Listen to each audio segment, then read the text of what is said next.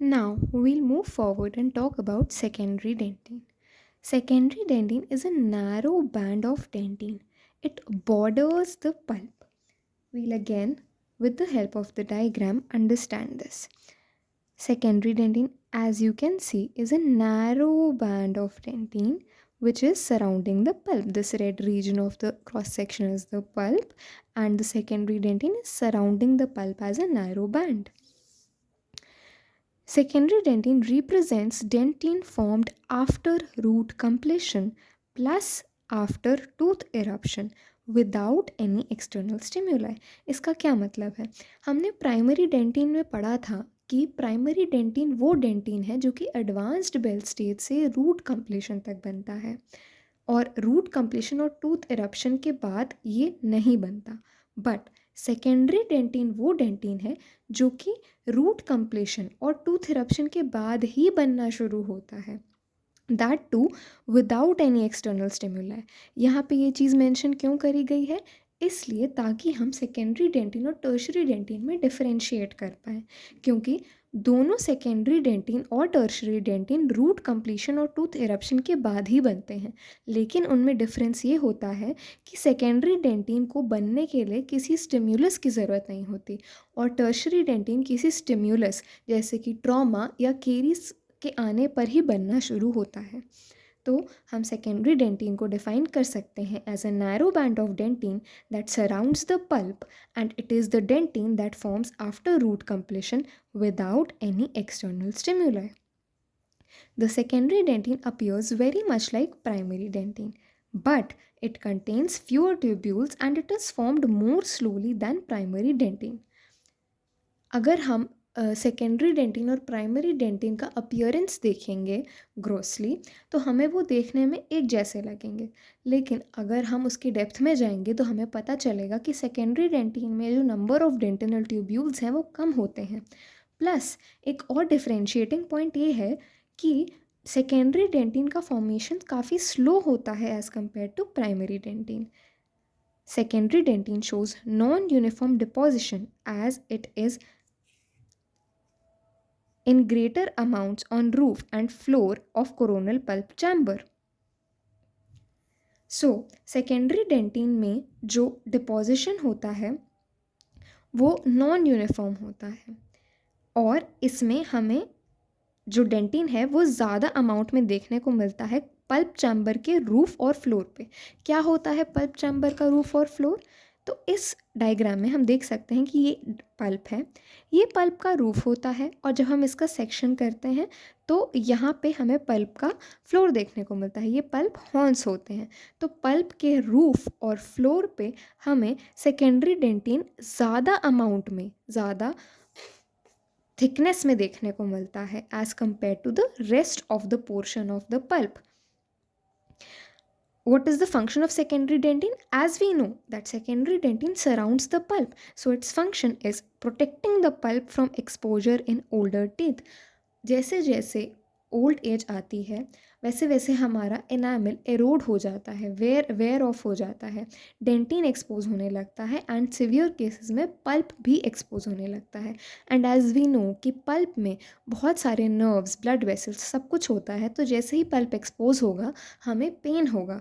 तो secondary dentin वो होने से बचाता है कि पल्प एक्सपोज ना हो ताकि हमें पेन ना हो.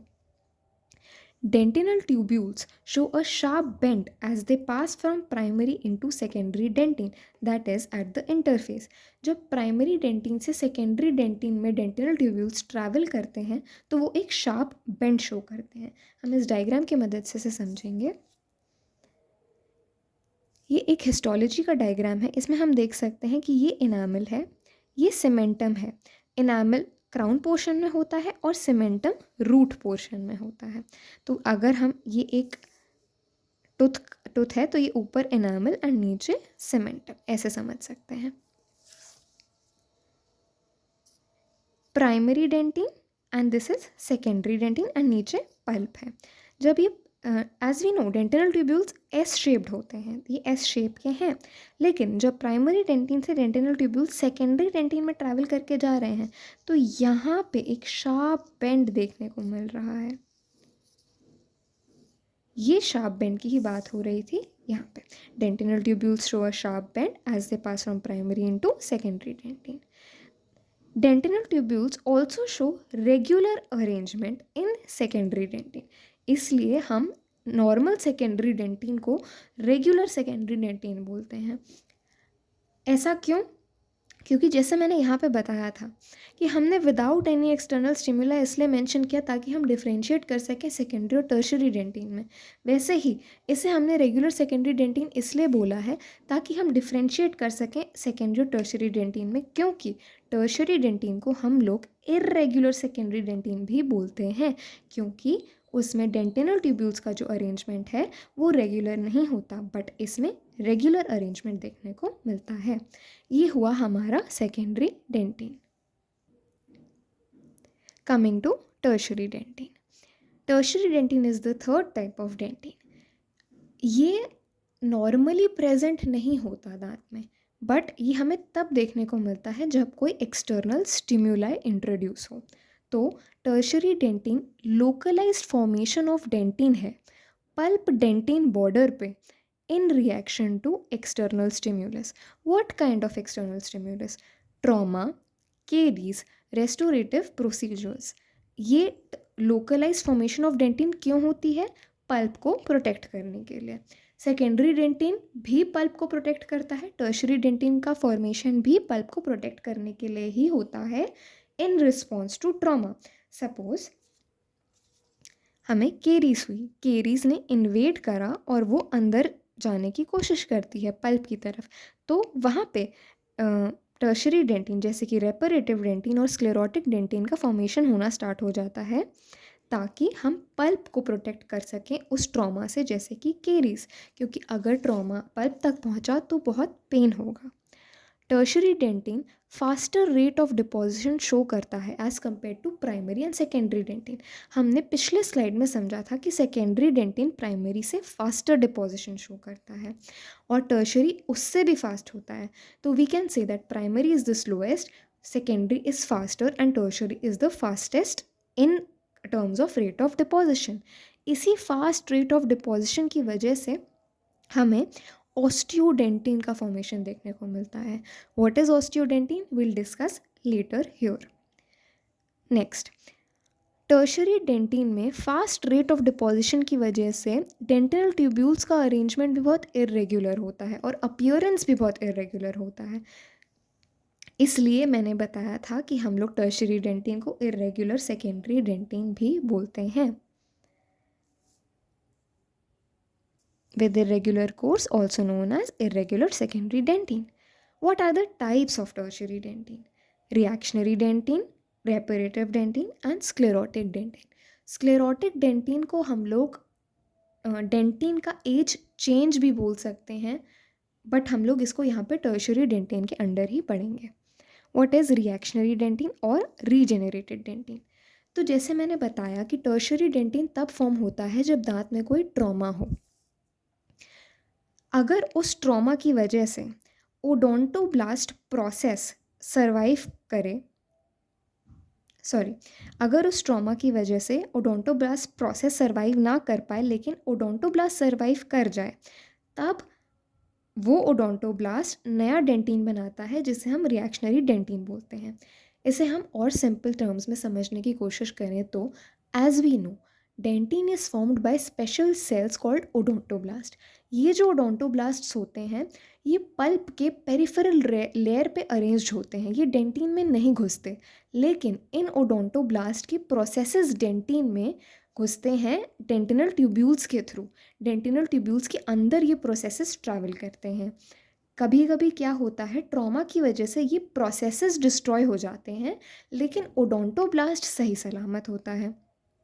तो ये ओडोंटोब्लास्ट फिर से एक नया प्रोसेस निकाल के नया डेंटिन बनाता है जिसे हम लोग रिएक्शनरी या रीजेनरेटेड डेंटिन बोलते हैं. लेकिन कभी कभी ट्रॉमा इतना सिवियर होता है कि वो ओडोंटोब्लास्ट को ही डिस्ट्रॉय कर देता है. इस केस में नए ओडोंटोब्लास्ट का फॉर्मेशन होता है फ्रॉम अनडिफ्रेंशिएटेड मीजेनकाइमल सेल्स. ये नए ओडोंटोब्लास्ट फिर प्रोसेसेस बना के नया डेंटिन बनाते हैं जिसे हम रेपरेटिव डेंटिन बोलते हैं. तो अगर सिर्फ ओडोंटोब्लास्ट प्रोसेस डिस्ट्रॉय हुआ है और ओडोंटोब्लास्ट सर्वाइव कर रहा है तो हम रिएक्शनरी डेंटिन बोलेंगे। अगर ओडोंटोब्लास्ट की ही डेथ हो गई है तो हम रेपरेटिव डेंटिन बोलेंगे। अभी हमने ऊपर ऑस्टियोडेंटिन की बात करी थी, जिसका फॉर्मेशन इसलिए हो रहा था क्योंकि टर्शरी डेंटिन का प्रोडक्शन बहुत रैपिड होता है। तो व्हाट इज़ ऑस्टियोडेंटिन? ऑस्टियोडेंटिन टर्म हम तब यूज़ करते हैं जब ओडोंटोब्लास्ट डेंटिन के अंदर ट्रैप हो जाए। मैंने अभी बताया था कि ओडोंटोब्लास्ट डेंटिन में नहीं देखने को मिलते। ओडोंटोब्लास्ट पल्प के पेरिफेरल लेयर पे होते हैं और उनके सिर्फ प्रोसेसेस हमें डेंटिन में देखने को मिलते हैं। लेकिन कभी कभी रैपिड प्रोडक्शन की वजह से ओडोंटोब्लास्ट ट्रैप हो जाते हैं डेंटिन में, और इस कंडीशन को हम लोग ऑस्टियोडेंटिन बोलते हैं। ये यूजुअली हमें विटामिन ए डेफिशिएंसी वाले लोगों में देखने को मिलता है। Coming to the last, sclerotic dentin. Reparative dentin or reactionary dentin are additional formation of new dentin in response to stimuli. यानी कि रेपरेटिव डेंटिन या रिएक्शनरी डेंटिन में क्या हो रहा था, ओडोंटोब्लास्ट नया डेंटिन सिक्रीट कर रहा था। बट स्क्लेरोटिक डेंटिन क्या है? स्क्लेरोटिक डेंटिन एग्जिस्टिंग डेंटिन में चेंज प्रोड्यूस कर रहा है, protective kind of change. Let's understand this in detail. तो होता क्या है, केरीज, अब्रेशन, अट्रिशन, इरोजन या कैविटी प्रेपरेशन जैसा कोई ट्रॉमा हो तो सफिशेंट स्टिमुलाई जेनरेट होता है दांत के लिए टर्शरी डेंटिन प्रोड्यूस करने के लिए। क्या होगा जब स्टिमुलस मिलेगा? तो कोलाजन फाइबर्स और एपेटाइट क्रिस्टल्स डेंटिनल ट्यूब्यूल्स में आना शुरू हो जाएंगे। ये एपेटाइट क्रिस्टल्स पहले तो डेंटिनल ट्यूब्यूल्स में बहुत थोड़े से दिखेंगे। Apatite crystals are initially only sporadic, means थोड़े से देखने को मिलेंगे, but gradually dentinal tubules completely fill हो जाएंगे इन क्रिस्टल से और एक फाइन मेशवर्क देखने को मिलेगा। मेशवर्क मीन्स अ नेट लाइक फॉर्मेशन, जाली जैसी देखने को मिलेगी क्रिस्टल्स की। फिर ये क्रिस्टल्स उस डेंटिनल ट्यूब्यूल को ब्लॉक कर देंगे, ऑब्लिटरेट कर देंगे मिनरल से। क्या मिनरल्स? वही एपेटाइट क्रिस्टल्स और कोलाजन फाइबर्स जिनकी हम बात कर रहे थे। ये जो हमें पूरा प्रोसेस देखने को मिल रहा है कि ट्रॉमा हुआ, स्टिमुलस मिला, कोलाजन फाइबर और एपेटाइट क्रिस्टल्स आए, उन्होंने एक मेशवर्क बनाया और फाइनली ट्यूब्यूल को ब्लॉक कर दिया। ये एक डिफेंसिव रिएक्शन होता है और इस डिफेंसिव रिएक्शन में स्क्लेरोटिक डेंटिन का फॉर्मेशन होता है जिसे हम स्क्लेरोसिस बोलते हैं। स्क्लेरोसिस क्या करता है? डेंटिन परमिएबिलिटी को डिक्रीज करता है और पल्प की वाइटलिटी या लाइफ को बढ़ाता है। Example under slowly progressing caries. क्या होगा? केरीज डेवलप हो रही है तो उसके नीचे धीरे धीरे सेकेंडरी डेंटिन का या स्क्लेरोटिक डेंटिन का फॉर्मेशन स्टार्ट हो जाएगा। वो स्क्लेरोटिक डेंटिन एक दीवार की तरह एक्ट करेगा पल्प को प्रोटेक्ट करने के लिए। इससे पल्प की लाइफ प्रोलॉन्ग हो जाएगी। Sclerotic dentin can be observed in the teeth of elderly people, क्योंकि अट्रिजन, अब्रेजन, इरोजन जैसे ट्रॉमास ओल्डर पीपल में ज़्यादा देखने को मिलते हैं, specially in the roots. So sclerotic dentin roots में ज़्यादा देखने को मिलता है, इसलिए स्क्लेरोटिक डेंटिन को हम लोग एज चेंज में रिगार्ड कर सकते हैं। ये मैं ऑलरेडी बता चुकी हूँ। The sclerosis of radicular dentin. What is radicular dentin? The dentin found in the root begins at the apex adjacent to the cementodentinal junction. What is the apex of the root? This is the apex of the root. Cementum present होता है root में instead of enamel. This is cementum. तो cementum और dentin के बीच का जो junction होता है उसे हम cementodentinal junction बोलते हैं और यहीं पे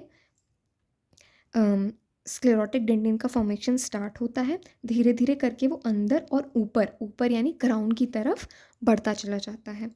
roots become more brittle and may fracture during extraction. तो यहाँ पे एक क्लिनिकल या प्रैक्टिकल क्वेश्चन आता है कि एक्सट्रैक्शन के टाइम पे ओल्ड एज में क्यों रूट फ्रैक्चर हो जाती है? तो ओल्ड एज में स्क्लेरोटिक डेंटिन का फॉर्मेशन होता है स्पेशली रूट्स में।